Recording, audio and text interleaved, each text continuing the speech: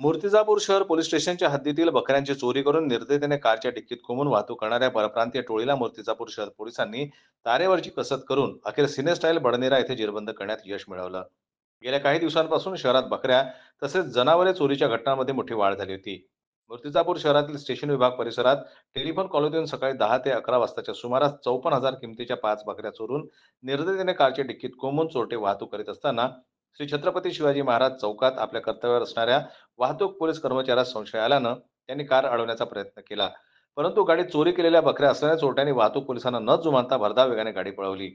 पोलिसांना गाडीत काही असल्याच्या संशयावरून तात्काळ पोलीस स्टेशनला माहिती देत गाडीचा पाठलाग करीत असताना कार चालकानं लक्ष्मीबाई देशमुख उपजिल्हा सामान्य रुग्णालय वीर भगतसिंग चौकातून कसलाही विचार न करता शहराबाहेर बेभान गाडी चालवत मोहम्मदिया प्लॉट मार्गे राष्ट्रीय महामार्गाने अमरावतीच्या दिशेने गाडी नेली.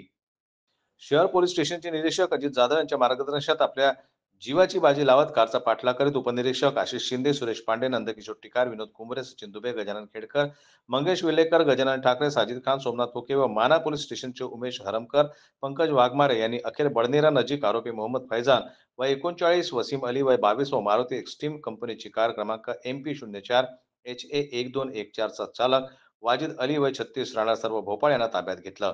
त्यांच्याजवळून पोलिसांनी एक मारुती एक्स्ट्रीम कंपनीची कार किंमत 5 लाख रुपये व 5 बकऱ्यांची किंमत 54,000 असा एकूण 5,54,000 रुपयांचा मुद्देमाल हस्तगत केला असून पुढील तपास शहर पोलीस स्टेशनचे निरीक्षक अजित जाधव यांच्या मार्गदर्शनात शहर पोलीस करीत आहेत. संजय उमक, जनमत लाईव्ह न्यूज, अकोला.